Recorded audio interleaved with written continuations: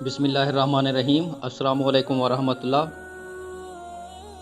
ایک مرتبہ ایک بہت ہی گناہگار اپنے زمانے کا مانا ہوا فاسق و فاجر شخص ایک جنگل کے قریب جا رہا تھا کہ اس نے ایک آدمی کو دیکھا جو اپنے سامنے زمین میں ایک سوکھی ٹہنی دبائے بیٹھا تھا اور اللہ کی عبادت کر رہا تھا۔ اس گناہگار آدمی نے پوچھا، تم کیا کر رہے ہو؟ اس نیک اور پرہیزگار بندے نے بتایا، میں سالوں سے دنیا سے دور اس ویرانے میں اللہ کی عبادت کر رہا ہوں۔ جس دن میری عبادت قبول ہوگی اس دن یہ ٹہنی ہری ہو جائے گی، اس طرح مجھے پتہ چل جائے گا۔ اس گناہگار کے دل میں جانے کیا آئی، وہ بھی زمین میں ایک سوکھی ٹہنی دبا کر بیٹھ گیا اور عبادت کرنے لگا۔ تھوڑی دیر بعد کہیں سے ایک آدمی کی مدد کی پکار آئی اور پکارنے والے نے نکاہت بھری آواز میں پانی مانگا۔ دونوں نے سنی انسنی کر دی۔ آواز دوبارہ آئی۔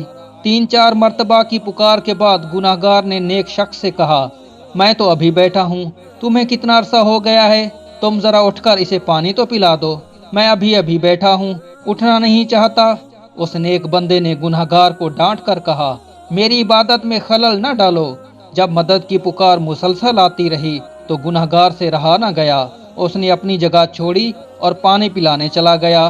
جب تھوڑی دیر بعد واپس آیا تو اس نے دیکھا اس کی ٹہنی ہری ہو چکی تھی اور اس نیک بندے کی ٹہنی ویسی کی ویسی ہی تھی۔ حاصل کلام یہ کہ وہ تو رب ہے، جس کی چاہے توبہ قبول کر لے۔